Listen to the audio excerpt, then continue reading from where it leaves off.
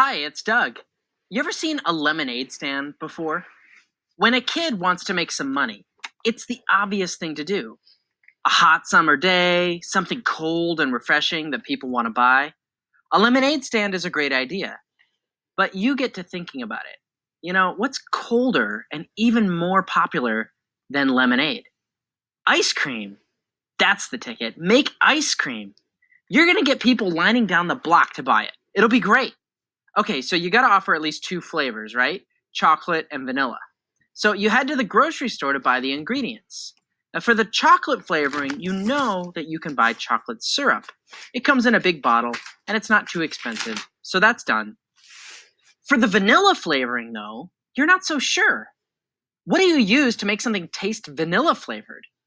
Well, you ask around, and someone explains that vanilla flavoring comes from vanilla beans. That's the seed pod from a vanilla plant. And holy smokes, each vanilla seed pod costs $6 just for one bean. That can't be right. You ask a grocery store attendant, excuse me, sir, is this the correct price on here? Yep, $6. That's what you'll need for vanilla flavoring, he explains. You get the flavoring by squeezing the bean and the seeds that are inside. You'll need at least 5 or 6 beans. Ugh, that's going to get expensive. But wait a minute, you have an idea. Could you plant a vanilla bean and just grow more vanilla beans? You ask the store attendant and he says, well, it would take a while, but yeah, you could do that. When you plant a vanilla bean, it'll grow into a vanilla plant. At first, the plant will have beautiful flowers growing on it. But after several weeks, some of the flowers will shrivel up, and vanilla beans will grow right at the base of where those flowers were. Whoa, you think. Hey, forget about selling vanilla ice cream. At $6 per bean, you could be making way more money selling vanilla beans themselves. And this actually might be a simple thing to do. Just plant some vanilla seeds in a garden and then collect their seed pods once they've grown. This is genius. You think to yourself, psh, lemonade stands are for babies. Now, to grow vanilla seed pods, you're going to want to grow a lot of them, as many as possible. And for that, you're going to need to find some space to grow them. So you ask around, and it turns out that in nearly every community, this is true, there's a community garden where members of the community can plant and grow things. Now, as luck would have it, there's extra space in the community greenhouse. So you get to work planting your vanilla seeds in there. They soon sprout and grow up into vanilla plants, which look like this. All right, soon you're going to have vanilla beans. Cha-ching! That's going to be a lot of money. Your vanilla plants grow these pretty flowers, but they're not growing any seed pods. What's going on? Finally, you decide, well, I should look for pictures and videos of vanilla plants that do grow beans to see if there's something I'm doing wrong. When you look more closely at videos of vanilla plants, that's when you notice this. All these bees were hanging around, landing on each flower, buzzing around from flower to flower. Oh yeah, bees, that's right. You've heard about that before. Bees are always hanging around flowers when the flowers are blooming. They're important, aren't they? What are they doing exactly? Something about pollinating the flowers, right? But what does that mean? You didn't have any bees in your greenhouse. It was all closed off. Could that have been why you didn't get any vanilla seed pods? What do you think? What exactly is it that bees are doing for flowers and plants? What do you know about pollination?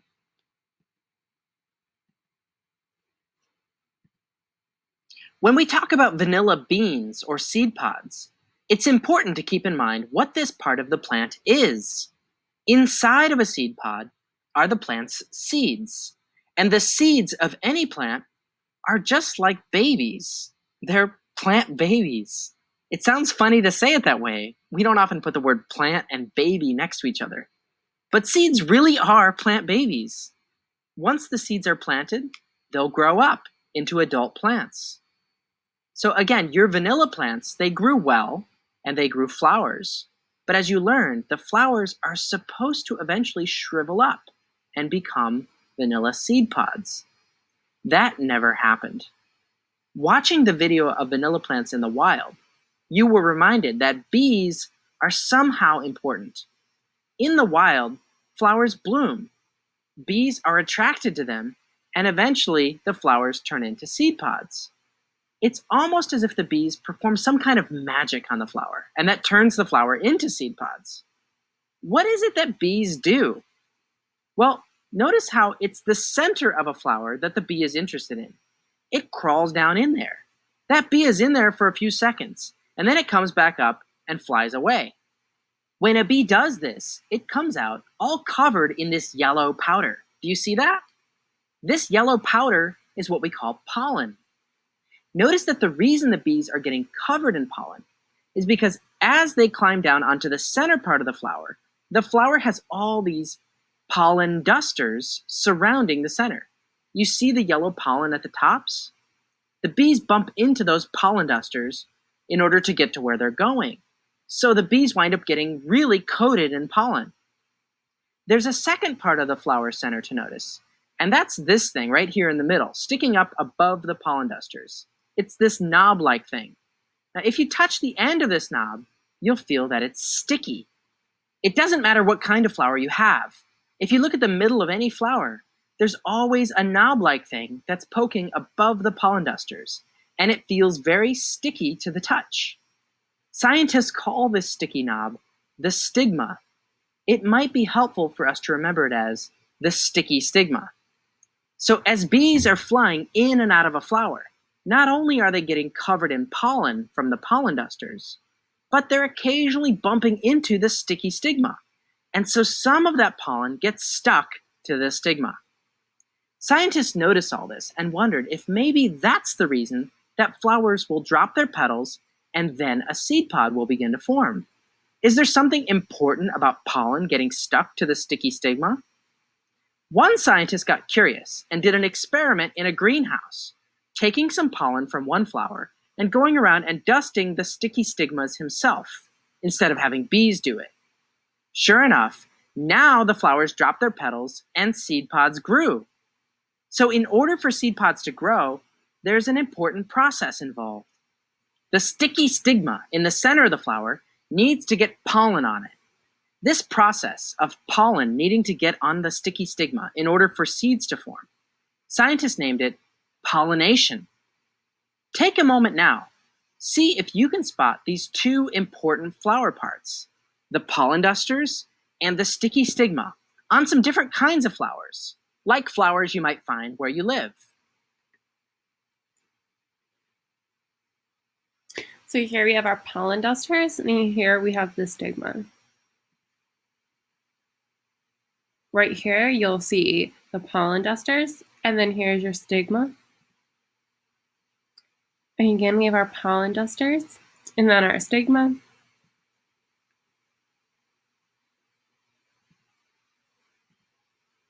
So after learning all this, you go ahead and try to pollinate your vanilla plant flowers yourself using a toothpick. You carefully take some of the pollen from the pollen dusters and move it over to the sticky stigma. As you're doing this, you think, this is a little crazy that plants can't do this by themselves. All they need is for some of the pollen from the pollen dusters to get onto the sticky stigma. It's so close. But whatever, if this is what it takes to make vanilla beans, if you have to do this with a toothpick, you gotta do it. So you do this. You wait a few weeks, and when you go back to check the plants, still nothing. The flowers still aren't turning into seed pods. It didn't work. What is going on here? Did you do something wrong? Didn't the scientist put pollen onto the sticky stigma and it worked? What's missing? Let's watch a video of bees landing on flowers again. But this time, watch a little more carefully. See if the bees are doing anything different from what you were doing.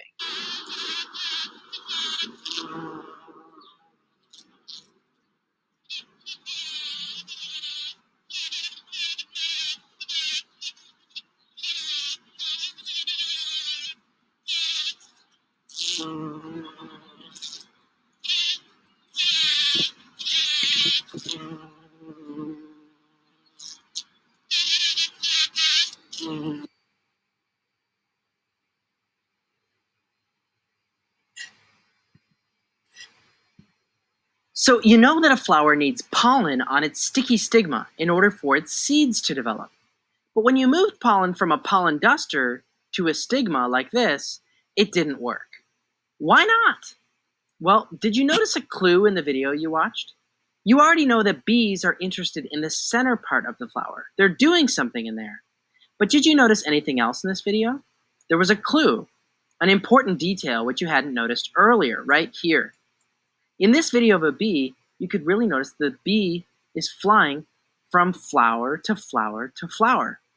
It would land on one flower and crawl around toward the middle, do something, and then fly away to the next flower and repeat.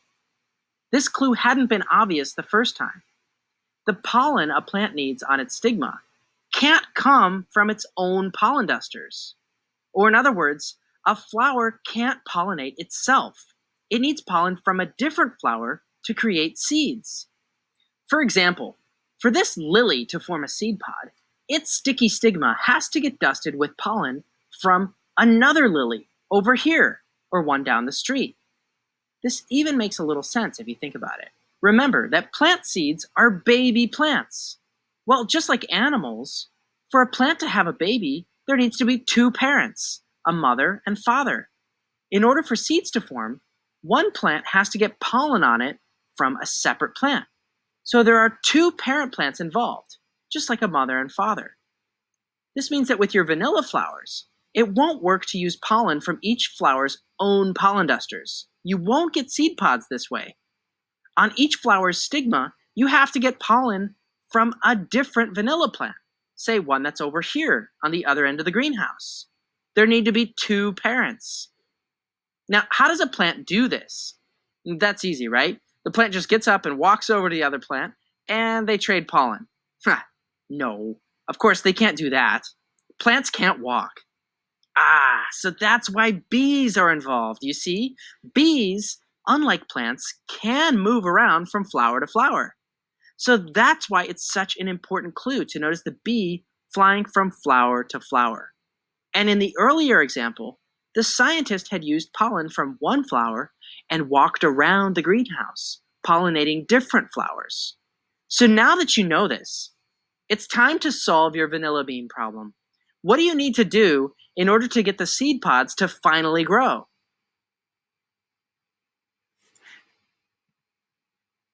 You need to take pollen from one vanilla plant and dust it on the stigma of a different vanilla plant. So now that your vanilla plant flowers have gotten pollen from other vanilla plant flowers, your seed pods will finally grow, and you'll make lots of money selling vanilla beans. Congratulations! That just leaves one question, though. In real life, I said that it's often bees that do pollination for many flowers. Why do bees help plants out like this? I mean, how would bees even know that plants need pollen to be moved?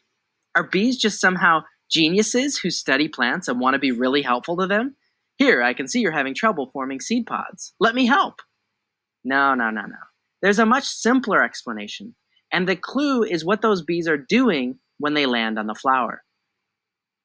We already know that when bees are inside the flower, they bump into the pollen dusters, which coats them in pollen. By the time they crawl out of a flower, they're covered in pollen. What we should ask ourselves is, why do the bees crawl in the first place? Is there something about the center of the flower that they like? Well, check out this video. This is a bee that's landed on the center of a flower, and watch what it does. You see that right there? What is that? That is the bee's tongue. It's sticking out its tongue and drinking something at the base of the flower center. There's a liquid there which the flower makes. If you were to take your finger and sample some of that liquid yourself, you find out that it's very sweet. It's a little sweet treat, a tiny pool of sugar water made by the plant. We call it nectar. If you ever want to see a bee's tongue close up, just soak a paper towel in sugar water and leave it out for a bee to land on. You'll see it. Isn't that cool? Now, in order to get the nectar that a flower offers, a bee has to crawl around the pollen dusters and also brush up against the sticky stigma. It's almost like a trick or a trap. The flower tempts the bee with nectar, a sweet treat, but in order to get the treat, the bee gets pollen on itself. Once the bee's done drinking from that flower, it'll go to another flower to get more nectar. But now it's covered in pollen, and as it crawls in, pollen will get stuck to the sticky stigma. Now that flower can make seeds. It's not even fair for me to call this a trick. It's really more like a trade. Both the bee and the flowers are getting something that's good for them. I always thought it was a little surprising that plants could create a little puddle of sugar water for bees to slurp up. But plants are full of this nectar stuff. You might have already even known about it. Like sweet maple syrup comes from the nectar inside of a maple tree. And sugar itself is just the boiled down nectar of a sugarcane plant. So you eat nectar too, just like a bee. Here's a question for you. Besides bees, do you know of any other animals that drink nectar from flowers?